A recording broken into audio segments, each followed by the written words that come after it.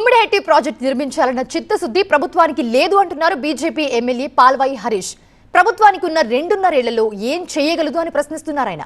కేంద్రాన్ని బద్నాం చేయాలని రాష్ట్ర ప్రభుత్వం చూస్తుందన్నారు. అందుకే సీఎం రేవంత్ కిషన్ రెడ్డిని విమర్శిస్తున్నారన్నారు. తుమ్మిడిహెట్టి హైట్ విషయంలో, ఎత్తు విషయంలో కిషన్ రెడ్డి గారిని భారతీయ జనతా పార్టీని బద్నాం చేసే ప్రయత్నం ముఖ్యమంత్రి గారు చేస్తారు. కేసీఆర్ కాళేశ్వరం కట్టిన తర్వాత ఆయన ఎత్తిపోసింది 5 సంవత్సరాల్లో కేవలం 100 టీఎంసీలు మాత్రమే. మనకు అవసరం ఉన్నది ఒక 30 నుంచి 40 టీఎంసీలు మాత్రమే. మనం ఎత్తిపోసుకోగలిగిన సామర్థ్యం అంతే ఉండదు. మనం 148 మీటర్లకు ఎత్తుతోటి ఇప్పటికిప్పుడు మనం ప్రాజెక్టు కట్టుకున్నాం. భవిష్యత్తులో మన అవసరం పెరిగితే మహారాష్ట్రను ఒప్పించి 1 మీటర్లో 2 మీటర్లో ఎత్తు పెంచుకోవడానికి ఎప్పుడైనా అవకాశం ఉంటుంది. కర్ణాటక ప్రభుత్వం ఆల్మట్టి ఎత్తు 2 సార్లు పెంచుకున్నారు. మనం కూడా అట్లా ఎత్తు పెంచుకోవడానికి అవకాశం ఉంటుంది. ఖాళీ కేంద్ర ప్రభుత్వాన్ని బ్లేమ్ చేయాలి, బద్నాం చేయాలి.